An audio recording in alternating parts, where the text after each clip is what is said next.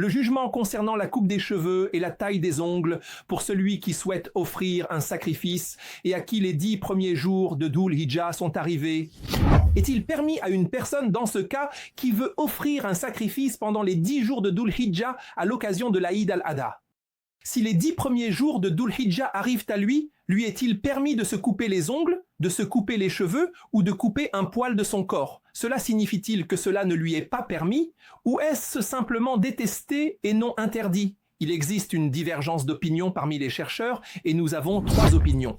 La première opinion est celle des Hanbalites dans leur école, ainsi que celle de notre maître Saïd ibn al-Musayyib, Rabia, l'imam Ishaq et Daoud ibn Ali al-Zahiri. Ils ont dit que quiconque souhaite offrir un sacrifice et à qui les 10 premiers jours de Dhul Hijjah sont arrivés, il lui est alors interdit de toucher ou prendre quoi que ce soit de ses cheveux, de sa peau ou de ses ongles, car il est rapporté dans le hadith Salama, que Dieu l'agrée, que le prophète, paix et salut sur lui, a dit « Lorsque les 10 premiers jours de Dhul Hijjah commencent et que l'un d'entre vous veut offrir un sacrifice, qu'il ne touche rien de ses cheveux, de sa peau ou de ses ongles jusqu'à ce qu'il ait sacrifié. » Ils ont donc dit que ce hadith est authentique, rapporté par l'imam Muslim dans son Sahih.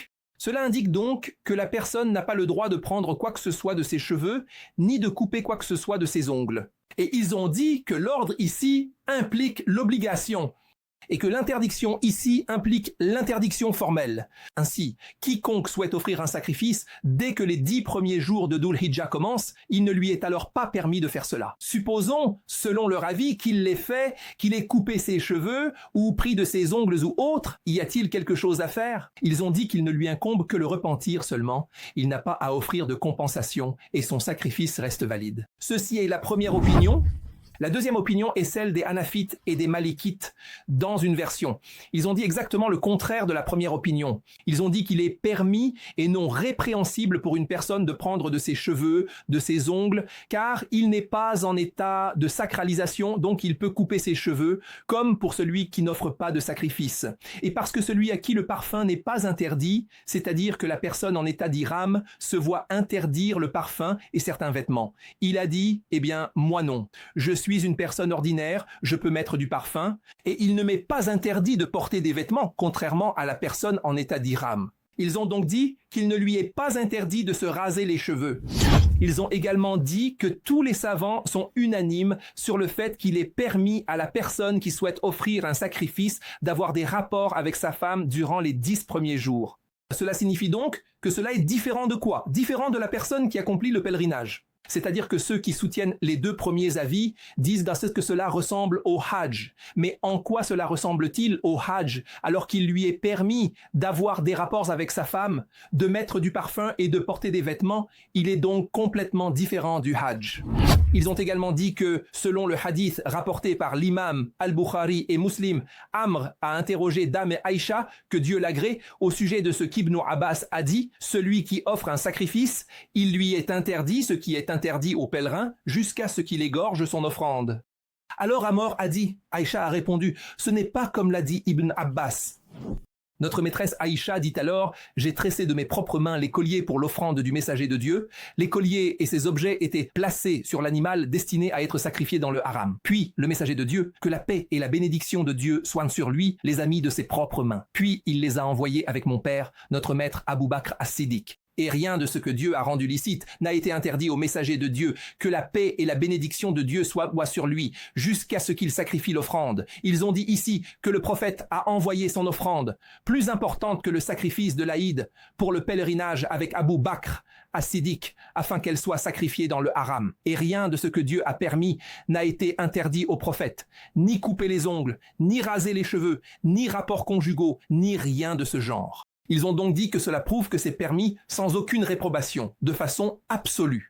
La troisième opinion est un juste milieu entre les 2 précédentes. Selon l'avis le plus répandu chez les Malikites, ainsi que chez les Shafites et l'avis du juge parmi les Hanbalites, ils ont dit « Celui qui veut offrir un sacrifice et que les 10 premiers jours de Dhul Hijjah commencent pour lui, Il lui est simplement recommandé de ne rien prélever de ses cheveux et de ne rien couper de ses ongles. Selon le hadith Salama, que Dieu l'agrée, le prophète, paix et bénédiction sur lui, a dit « Lorsque les 10 premiers jours commencent et que l'un d'entre vous veut offrir un sacrifice, qu'il ne touche rien de ses cheveux, de sa peau ou de ses ongles jusqu'à ce qu'il ait sacrifié. » Donc, ils ont donc dit que ce hadith n'indique pas une obligation, mais seulement une recommandation, en se basant sur le hadith de Aïcha, que Dieu l'agrée, selon lequel, lorsque le prophète, paix et bénédiction sur lui, a envoyé sa bête de sacrifice à la Mecque pour y être immolée, elle a dit « Rien de ce que Dieu avait rendu licite n'a été interdit au messager de Dieu, paix et bénédiction sur lui. » Ils ont conclu qu'il fallait comprendre ce hadith comme recommandation, non obligation, pour concilier les deux hadiths. Un hadith indique qu'il ne doit pas prendre ou couper, un autre du prophète, que Dieu le bénisse et lui accorde la paix, où il n'a rien interdit. Ils ont donc dit que nous devons utiliser les deux hadiths et comprendre l'ordre comme étant une sunna et une recommandation et non une obligation tout à fait. Et l'autre hadith est compris ainsi parce que nous avons concilié les deux hadiths. Celui-ci indique l'obligation. Non, nous disons qu'il n'indique que la recommandation seulement. Il est donc recommandé à la personne qui souhaite offrir un sacrifice de ne pas se raser les cheveux et de ne rien prendre de ses poils, que ce soit les poils des aisselles, du pubis ou autres, et de ne pas non plus se couper les ongles. Bien sûr, certains savants ont dit que la sagesse derrière cela est que la personne ressemble à celui en état d'ihram. Mais cette opinion n'est pas correcte, car la personne en état d'ihram a l'interdiction d'avoir des rapports sexuels, d'utiliser du parfum et de porter certains vêtements, et la personne qui souhaite offrir un sacrifice a, par consensus, le droit d'avoir des rapports sexuels, elle a aussi, par consensus, le droit d'utiliser du parfum, et elle a, par consensus, le droit de porter des vêtements.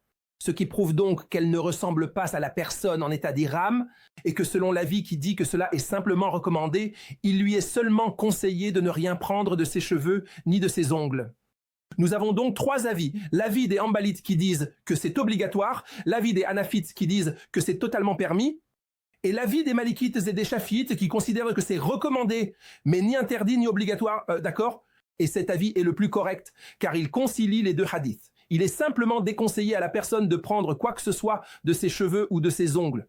Donc, celui qui suit cet avis n'encourt absolument rien. Quant à l'avis des Hanbalites, ils ont interprété ce hadith comme une obligation, alors que l'avis correct est qu'il doit être compris comme une recommandation et non comme une obligation. Et Allah, exalté soit-il, est le plus haut et le plus savant.